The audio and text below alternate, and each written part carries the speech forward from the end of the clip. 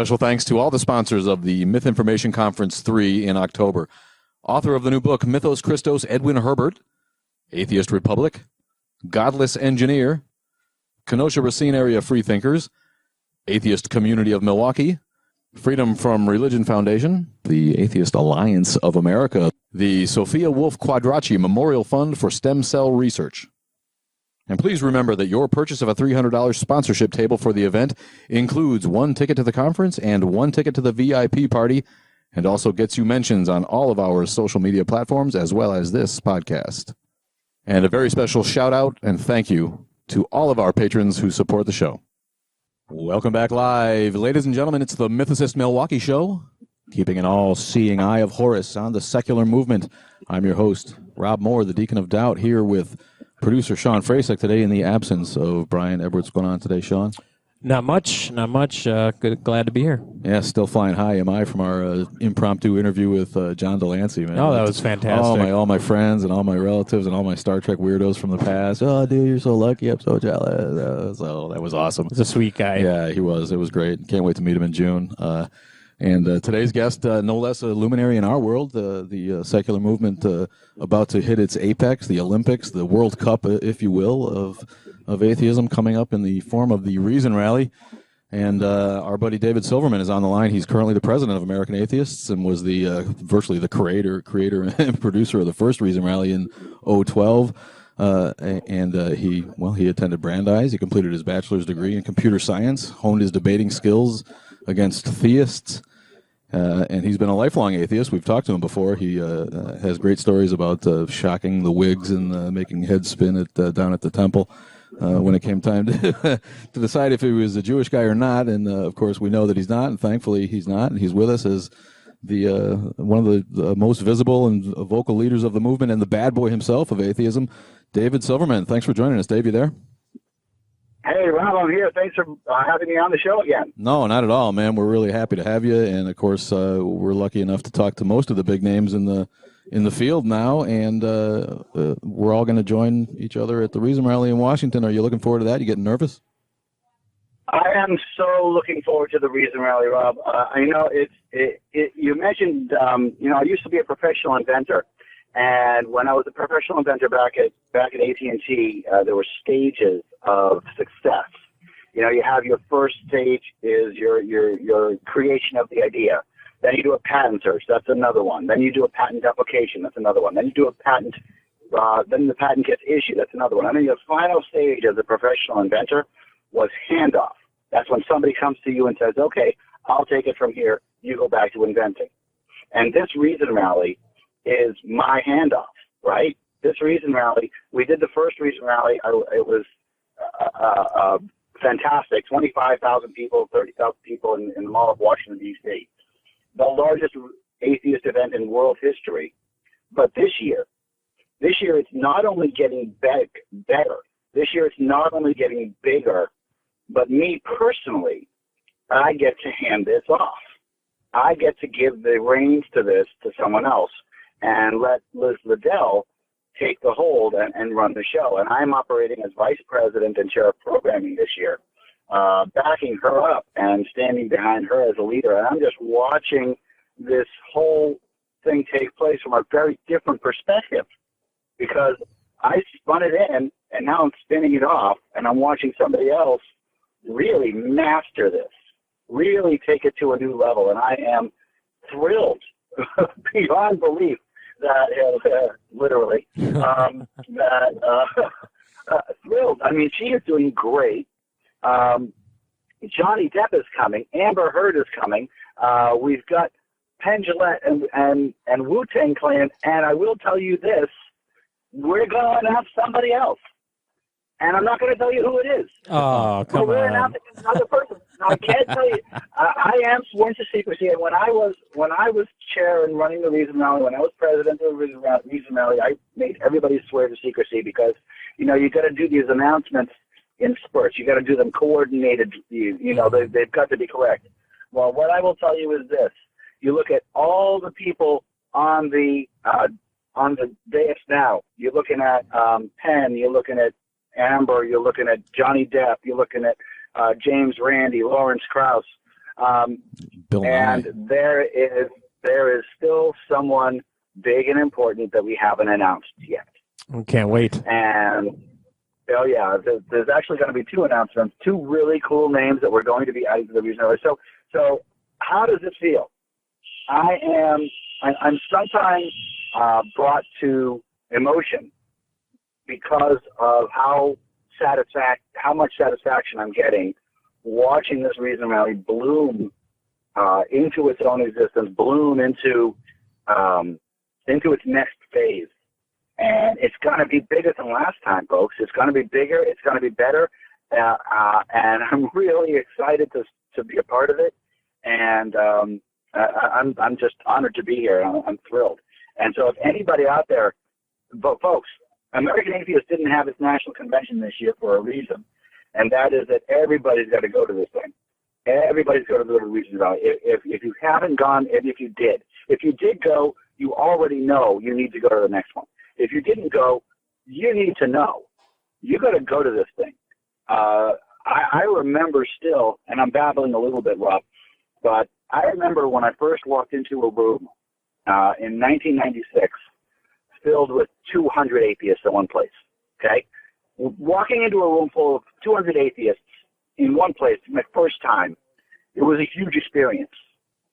We're going to have 30 to 50,000 people at the Reason Rally. 30 to 50,000. If that is going to impact you to your core, this is to all of the people out there who live in a world who are closeted. Everybody out there who's closeted from anybody about their atheism. I cannot put into words the empowerment and the love that you will feel when you're surrounded by tens of thousands of atheists like you. And it's getting it's big enough to where people can't ignore it at that point. Oh yeah. Oh, we're into that now. I mean, we're see the idea behind the Reason Rally was multifaceted when I first came out with it so many years ago. But one of the big ideas behind it was to get ourselves so big that major stars would come, so big that politicians would pay attention, so big that we as independent atheist organizations would not be able to ignore the benefit of working together. That's what was in my head. And that first part, or I should say that third part, where we're all very well aware of how well we have to work together, that happened in Reason Rally 1. And we got some good name stars. We had Adam Savage, we had Tim Minchin, we had Eddie Izzard. But now, look at what's going on. Now, we've got Johnny Depp and Amber Heard. We've got actual A-list celebrities, and that's important because A-list celebrities beget A-list celebrities. A-list celebrities lead trends. A-list celebrities showing support for atheists, maybe even being atheists, is a huge way for us to make progress towards atheist normalcy on a national level. That's where we were going. That's where the direction was originally designed for the Reason Rally. And now we're seeing it happen.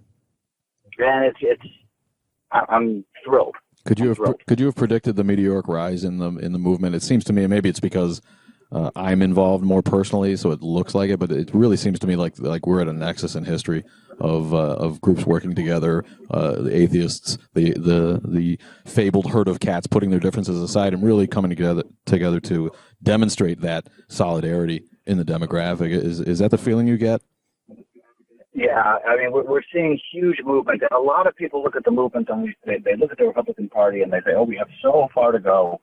Folks, we have come so far. We have come so far, and we are making huge strides. And we've got a really nice combination of things happening here. The first thing that's happening is, of course, we're right. Okay? Let's just put that on the table.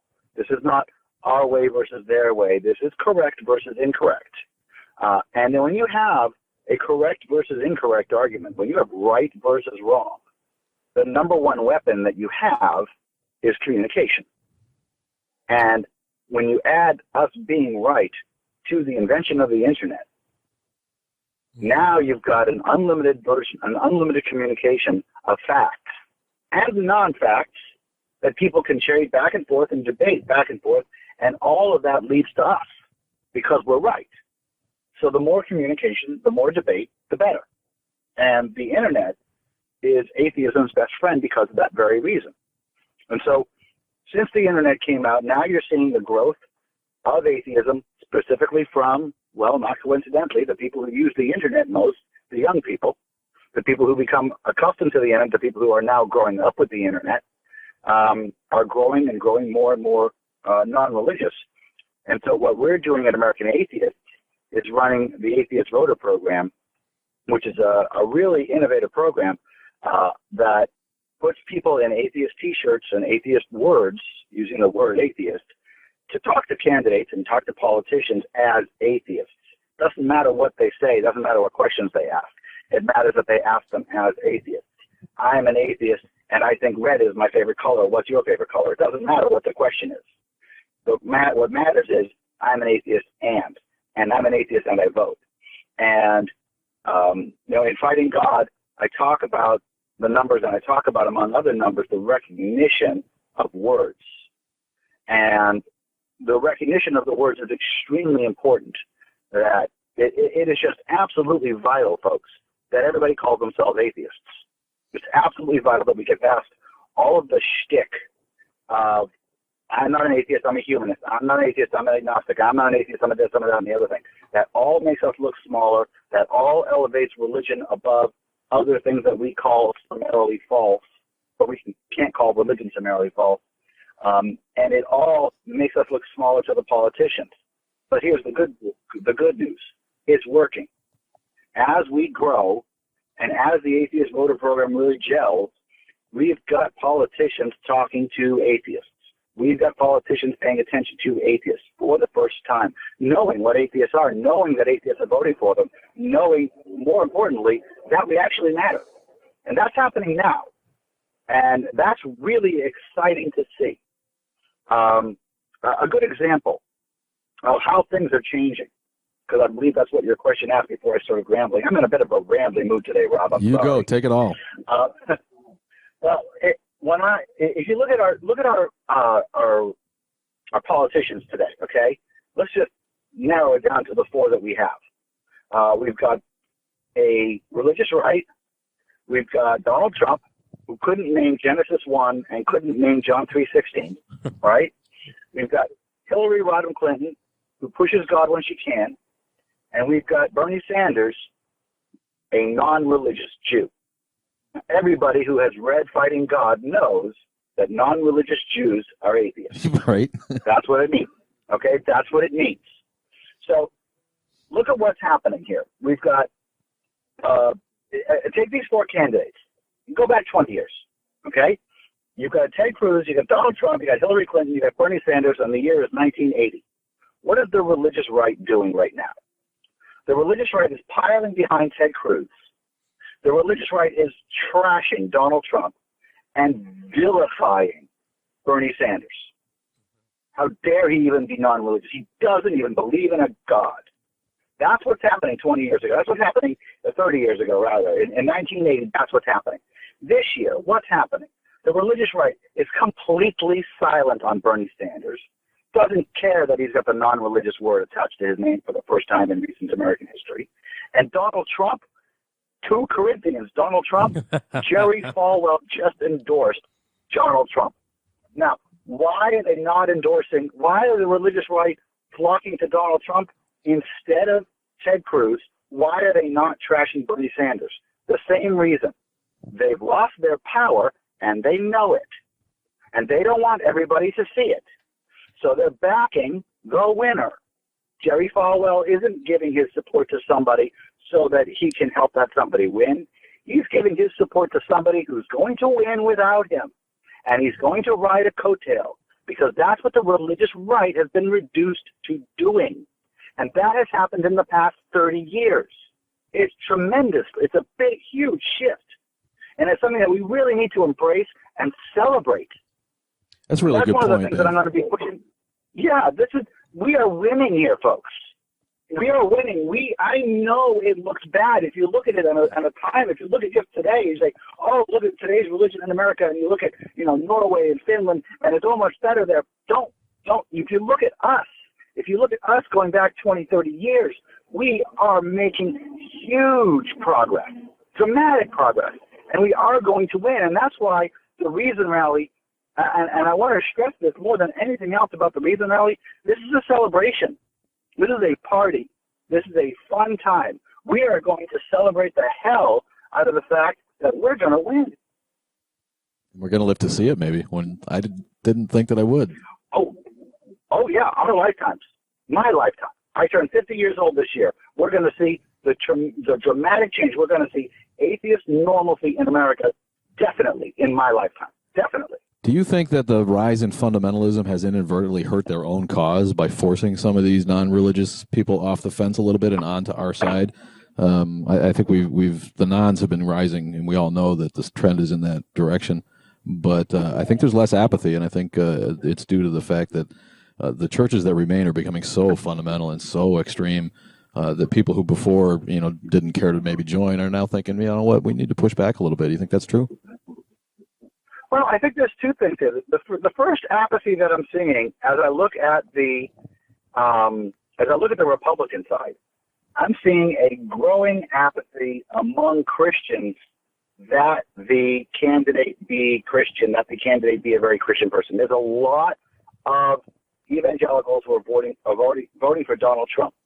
Okay, so that means there's a lot more apathy about their own religion. I guess you could say, you could extrapolate a little bit and say they're growing apathetic about their religion. I think it's more accurate to say they're growing apathetic about the need for their religion to be in government.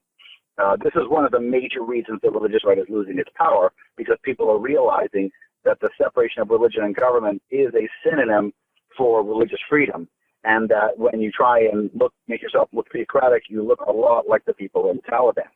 On the other side, I think the exact opposite is happening. I see the Democrats. On the Democrats, we've got Hillary Clinton, who is all about God.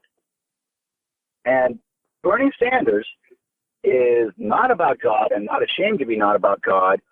And I believe, again, I don't have any data here, and I like to say when I don't have any data, I believe that, or I should say I speculate, that there's a lot of Bernie supporters who are Bernie supporters because of Hillary's religion. I think that there's a lot, and I am one of them, Bernie supporters who would, and I don't like to bring my personal politics in here. I shouldn't have said that because it's not important. My point is that there's a lot of Bernie supporters who are so sick and tired of all the God talk that when you get an atheist up there, a person who's saying, hey, you know what? My theology is that we're all in this together and that we should put all this petty stuff behind us. That's my language, right? And I can only speak personally here, but Hillary, in a contest between Hillary and Bernie, Hillary loses my vote on that reason alone. That's me, okay? And I think I'm not alone. And I think Hillary knows it. So I think that Bernie has brought non-religion as an option, as a viable option to the Democratic Party, and I think Hillary knows it. I think the Democratic Party knows it, and I think the evangelicals are losing passion for the fact that a leader must be evangelical, and I think we're seeing evidence for that. Add on to that the evangelicals are shrinking anyways. That religion is shrinking anyways, and the atheism is growing. We're just, all these things are pointing toward a win. Yeah, but I think it would be great if we had a candidate that felt comfortable coming out and just stating, I'm non-religious. Even Bernie Sanders, in his different interviews, points out how we all believe in God in our own way. I think that that's the unfortunate thing. And as an atheist, myself personally, I hear that and I'm like, well, it's okay to not believe in God also, or gods also. Yeah, and I wish, right? Somebody asked me on a recent book tour stop, if I were Bernie Sanders' campaign manager, would I tell him to become as an atheist? And I said no. As his campaign manager, I would not say that. I would say do what you can to get elected without lying, and that's exactly what he's doing, right? As an atheist activist, I tell him come out as an atheist, screaming and crying, and say atheist, atheist, atheist. But as his campaign manager, I say no, get elected. And so the bigotry against us is still real. We have to know that. We have to understand that. But also, what's happening here? I talk a lot about, again, in Fighting God, I talk about moving the Overton window, about changing the psyche of America. And I mentioned Mitt Romney. Mitt Romney ran for president twice. The first time he ran for president, he was crazy, an outlier. He was a Mormon. Mm-hmm. He was a Mormon. Those are the ones with the magic underwear. He was a Mormon. He's not going to win. And then the next time he was the front runner. Bernie Sanders is our Mitt Romney. Bernie Sanders is normalizing atheism. He's not normalizing it by name, and he's not doing as much for us as Mitt Romney did, because Mitt Romney did it by name, loud and proud. If Bernie Sanders had done it loud and proud, he would do it more. But make no mistakes, he's non-religious, and everybody knows it. He's speaking to us, and he's an atheist. He may not use the word, but you tell me you're a non-religious Jew, and that your idea of theology is that we're all in this together, you're an atheist. Right. And it's great, and it's great that he's not hiding it. It's great that he's not lying and saying that he's a believer. And he's still one of the final four contestants for president, one of the final four candidates for president. And it's great news. It's great progress. It's a fantastic sign. Just 20 years ago, that could never have happened. 10 years ago, it couldn't have happened. We've got a non-religious champion for president. I mean, people have asked me, do you think we'll ever have an atheist president? Well, I think he's got a 19% chance this year, right? That's good. I think that Hillary is also non-religious and just has not given up the pandering. And so is Trump. I mean, let's just be real. I mean, I think Trump's a little bit more transparently atheist, but I think Hillary panders to the Southern Democrats that are a big part of her base. I would speculate that the same is true for Hillary and for Trump. I would speculate based on, and again, speculate, no data, no data points at all here. But no, my ADAR goes off. I mean, he couldn't name Genesis 1. He couldn't name John 3:16. He couldn't name Genesis 1. And he said the Bible is the most important book. It's the greatest book ever next to my own. This is a liar. It's a pretty good impression. You're going to do that? That was pretty good. We noticed that you joined the list of speakers recently on the website. What are you going to say? And being in charge of the programming. My talent is huge. My talent is just huge. Yeah. You're gonna do a Trump impression on stage at the Reason Rally? What are you going to talk about? I absolutely promise not to do a Trump impression on stage at the Reason Rally. I think you should. No, I'm going to take the stage at the Reason Rally, and I know what I'm going to say, and me and 50,000 atheists at the Reason Rally are going to have a talk. And we're going to have a talk, and we're going to talk about things, and I'm going to try my best to get some really good points across in 8 minutes. And it's going to be some real good 8 minutes, so I hope everybody comes to that. But I'll tell you, I am so excited for the Reason Rally, and I don't want to say the word proud, but I'm really happy with the way Liz Liddell is running the show. Yeah. And I mean, she and I have known each other for years. She is exquisitely competent, and I love that. I love her control. I love her management style. She's good. She's doing a great job, and I'm really happy to be working as her vice president. Yeah, and we've been lucky enough to be involved a little bit too, and I've gotten the same impression. And it's even more impressive that she was sort of handed a hot potato right at the last minute, like some of us know. and more of us know thanks to thanks to JT's post, kind of blew that out of the water. But how impressive is that to take it over and really have acted with the kind of aplomb and it really is. efficiency that she picked has. Up, she said a hot potato. She picked up a hot potato, and she's making food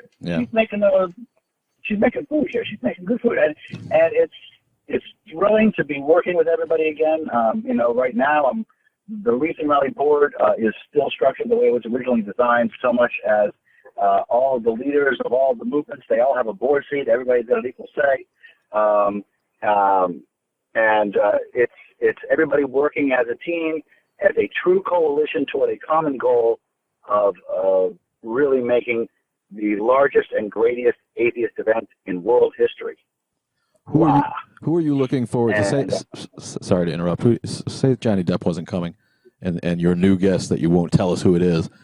Who of the announced speakers? Of the announced speakers are you most excited to see? Just forget about Johnny. We're all Johnny Depp fans. We're going to freak out when we meet him. Who else? We're all jazzed up for Johnny Depp and Amber Heard. I am personally very happy that James Randi is going to be back. I am personally. I will tell you that this is a thing that I will tell you that I'm really excited that my friend Penn is coming. Now, Penn Jillette and I are friends, and he's going to do something special on stage. And I'm only going to say that, but I'm really excited for that thing that he's going to do on stage. I'm looking forward to that a lot. I think the unannounced speaker really has me jazzed up, really has me excited.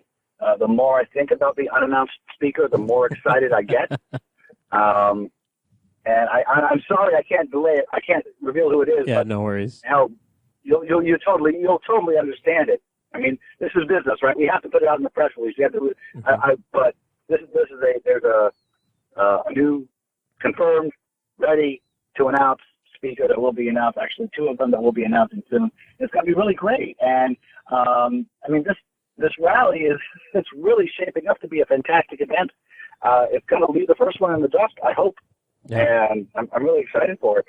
And then we're having a mini convention afterwards. I'm speaking at the mini convention the day after. And I'm also going to be selling copies of my book. I'll be selling copies of the book at the Reason Rally and at the convention. There will be signed copies available. I'll be doing autographing at the mini convention, and I'll be selling, and American Atheists will be selling pre-signed Fighting God books at the rally itself. I'm not going to be there to sign because I'll be backstage helping everything run. I'd say we were very honored to have our little part in it. And you were hesitant to use the word proud before, but if I was in your position, I'd be very proud. I mean, we put our little conferences on here in Milwaukee every year. The amount of time and coordinating that it takes and the amount of professional, efficient people you need involved is unbelievable. So, kudos to what you've created out there. Oh, thank you so much. I appreciate that. Yeah, I'm exceedingly proud of the Reason Rally. I'm exceedingly proud of the Reason Rally. I'm exceedingly proud of the fact that I'm able to hand it off and that it's going to actually have a life of its own without me, and that it's going to succeed without me at the helm. I'm exceedingly proud of that. That's probably my greatest professional accomplishment, and I'm beside myself for it. And it's humbling and it's beautiful. Really, it's beautiful to watch this thing all happen now. And Liz is running around like a chicken without her head off, without her head on, as I was at this point. I remember 10 days before Reason Rally 1. So this was March 13th, 2012. The 10-day forecast for Reason Rally 1 was 70 degrees and sunny. Okay? Now, we all know that the weather for the Reason Rally was nowhere near 70 degrees and sunny. But 10 days out, it was 70 degrees and sunny. And I'm running a tight ship, right? I've got all my I's crossed, all my T's crossed, all my I's dotted, and we are on budget, and we are running into the final stretch of the first largest atheist event in world history, and I get called by the Parks and Services Commission. And I go to Washington, D.C., and they tell me That's the 10-day forecast is 70 degrees and sunny. You're going to have 50,000 people at 70 degrees and sunny. And I said, we're not going to have 50,000 people at 70 degrees and sunny. And they said, you're going to have 50,000 people. They said, you need more bike racks, you need more nurses, you need more medical stations, you need more porta potties, or else you can't have your rally. And so I went into that meeting completely under control, and I came out of that meeting in a sweat, $50,000 over budget. I was not having a good day because this was gonna mess with us in a great big way. And I tell you this story only to relate to you that this is what Liz is going through right now, and I'm not. And it's much better when somebody else is going through that stuff and you're not doing it. And but I'm also really, I know what she's doing. I know what she's going through, and I feel her pain, But she's really kicking it, and I'm so looking forward to this. It's only 5 weeks away now, and I hope everybody is coming. The website is reasonrally.org. Really, everybody's going to come. John Delancey's going to be there. I heard you talking about him before. I'm looking forward to meeting him. I'm looking forward to hearing what he has to say. I don't know if you know this, but I'm a bit of a Trekkie. Nice. And I actually have a speaking role in Trekkies, the movie. Nice. And it's very, very interesting that I just have this. My name's in the credits. I have a speaking role. I've actually been able to go to a movie theater and sit down in the seats and see my face and hear my voice on the screen. It's kind of awesome. I'll have to get that on my Netflix queue and look for a young David Silverman in the background of a Trekkies. Yeah, I'm not in the background. You can't miss me if you're looking for me. Nice. You cannot miss me. All right. And by the way, I will say with all due respect to Roger Nygaard and Denise Crosby, who put the film together, it's not the most exciting thing, so maybe you'll need wine for the movie. But if you get yourself some wine and you watch Trekkies, you cannot miss me. We'll make sure to have a screening party. It's a good story around that we don't have to talk about right now, because I'd much rather talk about the Reason Rally and American Atheists and Fighting God. But I'm really looking forward to meeting John Delancey. I'm looking forward to seeing Lawrence Krauss again. He's brilliant. And I think I'm just beside myself. It's going to be fun. I'm really looking forward to it. David Silverman, President of American Atheists and author of Fighting God and Atheist Manifesto. I love that title. You can find that book at most of the normal outlets, Amazon, so forth, correct? Yeah, you can find it everywhere. You can get signed copies of Fighting God at American Atheists, which is at atheists.org. You can get signed copies there. You can also join and support American Atheists at atheists.org, which is a great idea. But also you can find Fighting God at any bookstore, Barnes & Noble, and if you read it and you like it, please post a positive review on Amazon. I can use it all. I can use all the help I can get. For real. It's the Mythicist Milwaukee show, and we want to remind everybody to go to the website and buy a membership today. Do it now, or I'll reach through the microphone and grab your throat. You have also a Patreon page. You can support us through patreon.com by pledging per show or per time period, however you like, as much or as little as you can afford, to help us keep doing what we do, which is bring you exciting guests from the secular world and we'll see all of you in Washington, D.C. Everybody has to come to Washington, D.C. If you don't come to Washington, D.C., you have to not be an atheist anymore. You have to become a Unitarian. There it is. Well, I think I'm looking forward to the looks on people's faces when we show Batman and Jesus, the trailer. That is a big project, and that's going to be it's going to be interesting to see how people react to that. Rob was a part of the filming. It was it's pretty funny. Killer Priest is in it. Paul Provenza's in it. Other people are contributing, and but just to show a church in like the year 2300 where everybody's worshiping Batman instead of Jesus, this will be interesting.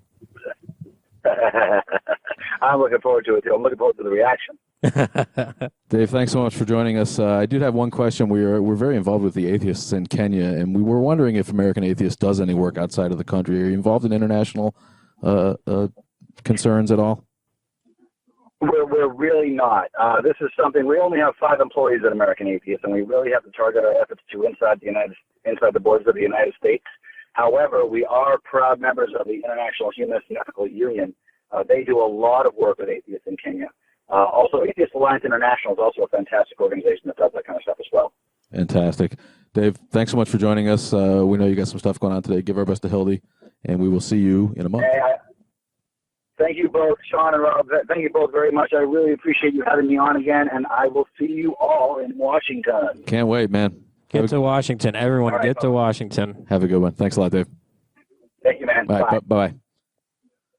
He's Dave Silverman, President of American Atheists, fitting us in today. Got some personal stuff going on, and we hope everything turns out all right with that. So we had to cut it a little bit short, but it's just in time for... It's fantastic. It was good to see him fired up. Well, and just fired up. That's great to see. And spend some time just pumping the Reason rally. It's really foremost in people's minds, and it's only a month away. Can you even believe that? No, I can't. And you know, one of the things we didn't get to talk about, he was just interviewed on the Rubin Report with Paul Provenza as his co-guest, and it was a fantastic 1-hour interview. It's on YouTube for those check out. But he brings up 90% of atheists do not use the word to describe themselves. Could you imagine how many atheists there would be if everyone and we see it here because we've got people we know who just for whatever reason, and it's mostly family and the people who around you who have a negative reaction to the word, and what's it really matter? Let's just call ourselves an agnostic, or let's call ourselves a humanist. But he really eloquently makes the point of how harmful it is to keep diluting our purpose and our movement with different terminology, when really taking the sting out of the word, which is what other movements have done in the past. Right. And showcasing some solidarity. Yes, and showcasing solidarity, exactly. And educating people. I mean, let's face it. Every day I have somebody, what's atheism again? What's atheism again? Or lumping us in with God haters. Or devil worshippers. Or whatever. Yeah. And it's there's a little bit baby eaters. Bit of an educational gap there, I think, when people kind of just need to know what it's about. And he's doing as much or more than anybody to create acceptance for that. Speaking of people that need to call themselves atheists. Yeah, right. We are here with our own Antonio, who is ready and chomping at the bit with Myth of the Day, a little effort we put on every week at 2:40 or so as we podcast from the Milwaukee Cooperative Space here in the Grand Avenue Mall. What's today's Myth of the Day, Antonio? Well, thank you very much. And again, it was great to have Mr. David Silverman on the show today.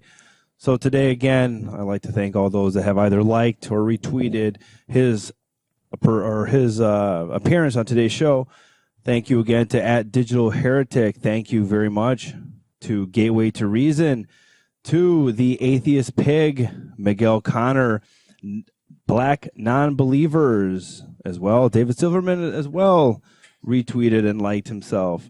Mariposa Land, Kimberly Pilkington, Plain Old Plum, Rob Moore, and Atheists in Kenya all liked his appearance today. Today's Myth of the Day is related to the 10 Commandments. The 10 Commandments and the Egyptian Book of the Dead. There seems to be a similarity between the moral codes of the ancient Egyptians and the early Israelites. The 10 Commandments given by God to Moses on the top of Mount Sinai are clearly set in an Egyptian tradition and would seem to have common roots with the Egyptian Book of the Dead. Their composition of the text relating to death and afterlife went back to the pyramid text, the first examples of which were inscribed in the 5th dynasty pyramids of Unas, 2375 to 2345 BC at Saqqara. By the time of the 18th dynasty, about 1500 BC, these spells were copied on rolls of papyrus and placed within the coffins. These rolls have come to be known now as copies of the Book of the Dead. Within the Egyptian Book of the Dead, and parallels to the Holy Bible, we have, I have not cursed God, which became, thou shalt not take the name of the Lord thy God in vain. From the Egyptian Book of the Dead, I have not slain men and women, became, thou shalt not kill. I have not violated the wife of any man, became in the Bible, thou shalt not commit adultery. I have not stolen, became, thou shalt not steal. And the Egyptian Book of the Dead, I have not uttered lies, became, thou shalt not bear false witness against thy neighbor. That is today's Myth of the Day. Oh man, and it makes so much sense. I mean, when you know where Israel is and how they came out of Canaan and the Egyptian influence out there, I mean that's one of my pet projects right now. I'm looking more into this. I mean, of course, Egypt is going to be influencing the Israelites. I mean, it was the cultural center of the day. I mean, it was all of the learning and all of the the library. Right. The World Library was there. It's like saying the U.S. hasn't influenced anyone else in the world right now. I mean, it makes zero sense. Yeah, that's and that also then ties into the work of American Atheists. Yeah, exactly. They are trying to get the Ten Commandments removed out of that. There's a Ten Commandments monument in Levy County, Florida. I was hoping to pick David's brain on this to see where they're at, but they did just win a motion to keep that going. They were prevented from challenging that even. They just won the motion again. So it'd be interesting to see. I mean, the monument that's outside of that place is just absolutely huge. These Ten Commandments. Is that the same one they got driven into and knocked over? I don't think so. But it was the same. It was a Ten Commandments thing as well. Yeah, there's right? a different one. Yeah. It's very interesting. Yeah, but no, I think the one thing that I was able to get in with David because he was so fired up was just how much time and effort and how many skilled people that you need to pull off these events. I mean, I can't even imagine managing Bill Nye and Johnny Depp and all these other actors and speakers and Cara Santa Maria, like all their publicists. It's like a list of like 40 people now. I know. It keeps going. And how are they going to... So is this going to be... I guess that was the other question. Is this going to be like a Bonnaroo where there's multiple stages set up and people are speaking? Because this is a lot of people to fit into one day. A lot of these people have like 4 minutes, 3 minutes. Wow. 2 minutes. Wow. 4 minutes. Dave's got 8 minutes. Todd Stiefel's speaking. He's probably got 4. Liz has got like 4. I mean, this is literally like a review of. Wow. Here's an atheist. Hey, I'm an atheist. Get out. Here's another guy. I'm an atheist. Get out. Really, it's like wow. And you heard him. There's more because they're not going to do that for Depp. Yeah. Some people are going to speak. Wu-Tang's going to get an hour. And Wu-Tang's getting an hour. Yeah, Wu-Tang will get an hour for the headlining act. And the Fab Four have 20. Well, they kind of need that because you can't really. You're going to do like what one are you going to do, right? Yeah, the Fab Four has half 20 minutes. Shelley Siegel, I'm sure has. Oh, the Fab Four's there. The Fab Four has 20 minutes. They're going to play during the day. The gay men, the DC Gay Men's Chorus. Okay. I mean, that's going to have to be 10, 15, 20 minutes too. Yeah. Public speed dating for atheists, and it's interesting. He says there's only 5 people that are actually under the American Atheist staff, which is why from our end, they're fortunate from our point of view, and we are fortunate, that we're also being able to take a part in this Reason Rally. Yeah, if you're looking for Antonio, why I can't get an email back from the office over there. I teased Nick Fish. Yeah, if you're looking for Antonio, just find Killer Priest because Antonio's job is to just be with Killer Priest the whole time. So we're fitting him. Sounds like a really hard job. We're fitting him with suction cups right now. Right. So that he can not. We'll be trying to figure out all the video equipment and Fritz is going to be over there just smoking cigars with the Wu-Tang Clan. Cigars. Yeah, isn't that one of the events? Cigar smoke off. Yeah, volcano smoke off. Yeah, well, he doesn't smoke cigars, but no, I know. Well, but yeah, no, it's exciting. It's really, really exciting to see this all kind of unfold and be a part of it. I think that's the coolest thing, and hopefully, we can be a part of the next one. Hopefully, there is a next one. I don't think there's any way there won't be a next one now. This looks to be a massive improvement on the last one. If the weather in June is, to be counted on a little bit more than March, like it was 4 years ago, that was smarter right there. Right. This list of celebrities is just outrageous. I mean, well, it's interesting. It's definitely a good approach. If you're trying to entice people to become less apathetic and get involved. Get some people that they actually know and have heard of before. I mean, Scientology's been doing it for how? Right. I mean, since the 80s, Scientology figured that out, which is terrible.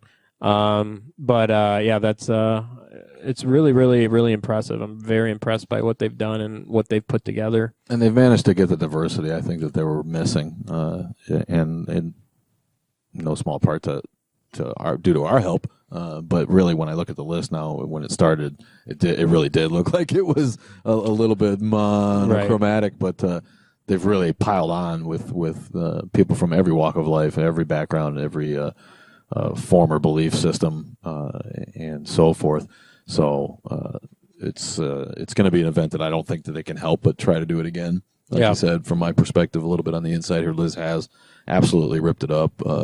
Taking a bull by the horns that could have been a disaster. You remember how, like, when Obama first started his presidency and, like, how he's aged? Yeah, right. You think, is Liz going to have, like, gray hair? Yeah, and she's just a kid, too, I don't know. She's 35 or something. I don't know. But, it's... can't wait to see her and have a drink. And it's going to be great. Everybody's going to crash on the 7th. On June 7th or 6th or whenever you finally get home and put this all behind a vacation from your vacation. Wow. For those out there looking for more appearances by David Silverman, he actually was just on Samantha Bee, Full Frontal with Samantha Bee, where he was talking about the importance of the atheist vote. So check that out. That's pretty cool. It's cool to see him, in mainstream media. Samantha Bee's been on the Colbert Report. Where else? Fox News. You see him. He's the Fox News atheist, they call him. Yeah. It's really, that's a really good idea, and that's cool that he's had that opportunity. And he makes himself accessible. Yeah, he's a great guy. He's a great guy. You can get him. You can get him. He's happy to be on the podcast, even on a day like today, when if we were going through that, we might not. No, we might not want to. Right. So there was a reason he split a little bit early, but he fits it in. He gets how important it is. He gets that. There's people out here that were like he was when he first started, and we're trying to get a foothold in the community and create a little bit of visibility for ourselves here in a place where it's not that easy to do. Yeah, and we've quite frankly succeeded beyond our own expectations. In bringing shining a little light on the secular community here in Milwaukee with conferences, debate series. Videos. Well, that'll be nice. The Reason Rally will be over. And we have 3 months in between the Reason Rally and ours, so that's 4 months. That'll be nice. That'll be nice. So let's try not to schedule anything in between there.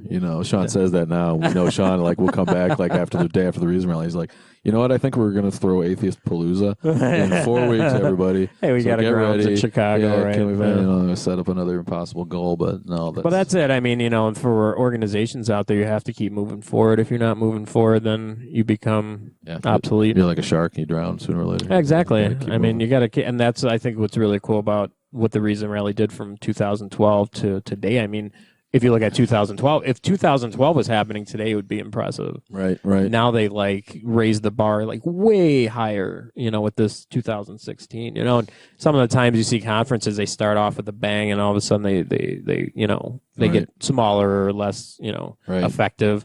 But yeah, this is a great case of the sequel will be better than the first one. Yeah, I think so. And I'm blown away by the actuality of the solidarity when you talk about it. It's visible. Right. And these other things that happen, good and bad, and we've been through it on a micro scale with divisive elements and things that happen when you get into community organizations. Well, when you're dealing with people's personality. Right, I mean, there's some people just, no matter what, if you're at work, if you're at church, or if you're in an atheist community or whatever, you have some people that just, it's hard to work with, and it's, and that's unfortunate. So that's not really, I don't think that's really analogous to the atheist movement, but you just get those select people that aren't professional. That's what's so great about David Silverman, is how you can't have a better image, a better voice, a better professional person that's carrying the message. Like you said about Liz, she's exquisitely competent. Yep. This is what you go through life and you realize that there's people you can count on to get stuff done when they say they're going to get it done, and there's people you can't. And so he's definitely one of those that did. What was I going to say? I had a point to bring up. And I forgot what it was. We are. You did say you have been forgetting a lot more. Yeah, well, it is. As you get older, it's bad. He's turning 50 this year, so he's almost up to my. I was going to bring that up too if he couldn't. He had to go. I think where you're going to is that it's important to make sure that you have people that are people of their word. That when they say they're going to do something, they do it, and it's great to be able to rely on individuals like that. Well, I meant to go to the national level. As Sean said, we experienced it here, and he's not sure that it's reflected in the movement as a whole. But the whole flap with with Sarah and Tom Leeds brought us up. Why aren't we talking about it out loud? And it's just it didn't happen to come up like that. But to Tom, I mean, really here's the thing: we were not involved. If anyone that should be talking about that situation, in my opinion, would be Apostacon and Apostacon leadership and the Omaha Atheist leadership. Well, that's not up to us. It's true, and I wasn't sure how I felt yeah. about the whole thing. But my point is that all of a sudden, here we all are from coast to coast, and we all kind of know, if you're paying attention to the movement, you know what happened. So. Yeah. A solidarity that we didn't see in the past is manifesting itself in the form of these kind of events where something will happen and everybody will become aware, and that kind of eventuality can be avoided in the future. Yeah. Because we're all learning together and we're all working together on it. So it kind of does, and unfortunately, sometimes play out on a national scale. But the difference to me now is that, in my view, maybe I'm wrong about this, but 5, 8, 10 years ago, something like this might not have affected all of the big players that it did. And now it's like the chances of this happening again and in a specific way are virtually none. Right. And everybody knows now, as we go forward, that this movement is just as susceptible to that kind of skullduggery as any other. And we grow and learn. A big thing he was talking about was politics. I mean, Donald Trump's a perfect example of someone that's completely unprofessional, completely irresponsible, and when he has his speeches and when he addresses people. But some people like that, and there's always that type of person that likes the controversy or the drama. I mean, that's unfortunately, people love drama. I think it's almost a shtick with Trump. He's gotten beyond the fact where he's not going to lose anybody. Act. Yeah, it's an act, it's a bit. and it's a bit. And but with the thing with Omaha Atheists and Sarah Moorhead, I mean, that again, we just JT Everhart did a good job looking at the case and really well. I didn't know much about JT. I met him a couple of times. He did a fantastic job breaking that down. But at the same time, I still don't know enough just seeing that. I mean, there's some things I can figure out, and there's some opinions that I have. But again, it's not our place. It's not. I don't think it's any of our places. There's things happen, and let's reach out to him. I don't know JT, and it seems like he's all of a sudden he's speaking at the Reason Rally too. He seems like he's a player. Let's find him, and he's good too. But I think the way he approached it, where he said, "Look, I'm sad to bring this up. I'm sad to do this investigation." That's a good way.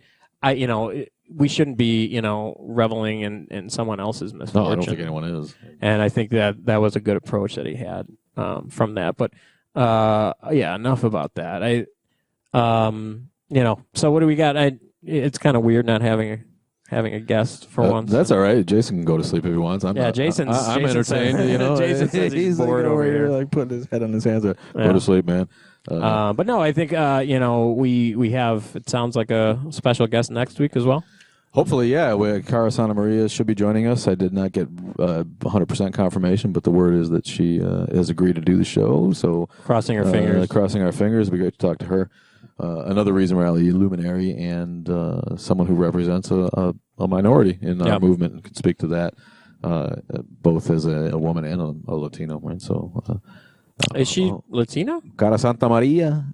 Is she? I don't know. She's not, man. She's doing a good impression with that. I believe she was an ex-Mormon. With that name. I believe. I think I met her once at Apostacon. Is she an ex-Mormon? Jace doesn't know. Brian would know that right now. Questions for her. No, she's going to be great. She's a fantastic speaker. I can't wait to have her on. But I do want to say something to the atheists in Kenya. They had a really bad storm yesterday as a result of El Nino, and their buildings were crumbling in Nairobi, which is the capital, and all around the countryside and all the smaller villages. So I just want everyone to know, our thoughts are out there with them. And I did contact Harrison and the group. It seems like everyone's okay at this point, but it's something that you don't want to go through, flooding and buildings. Yeah, they got it toppling. Like they don't have it tough enough. Right. Just to add, Cara Santa Maria's background is a mix of English, Italian, and Puerto Rican. Okay, there we go. Ahí está. She's a melting pot.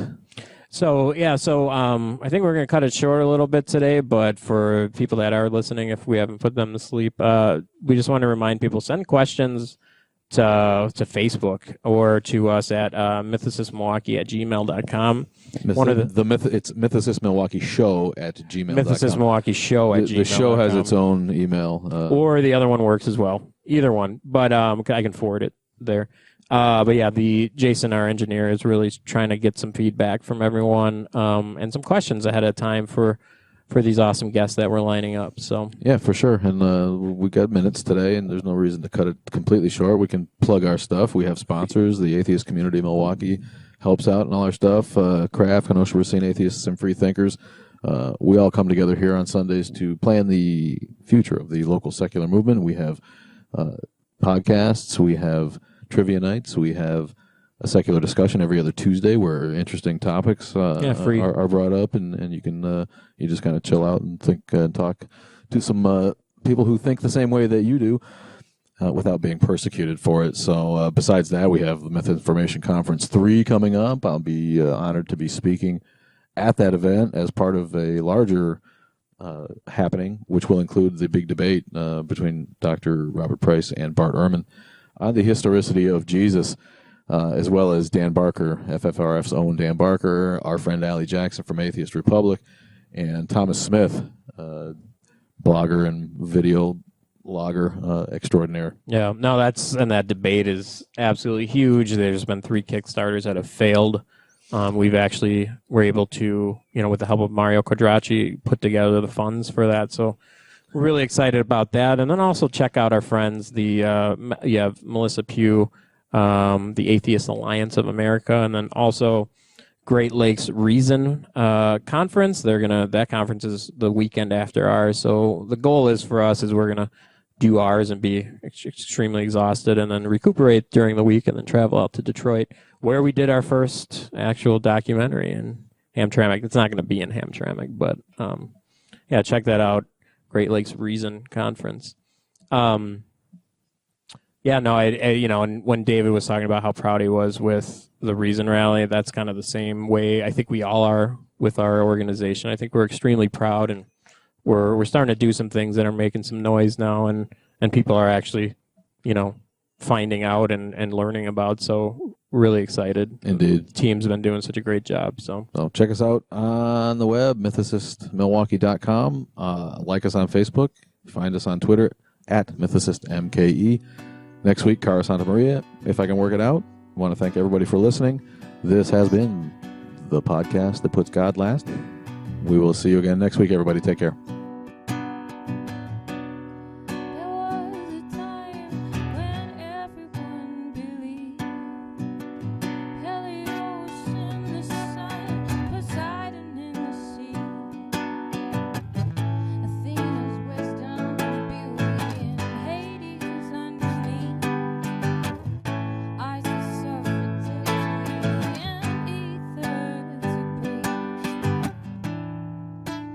They all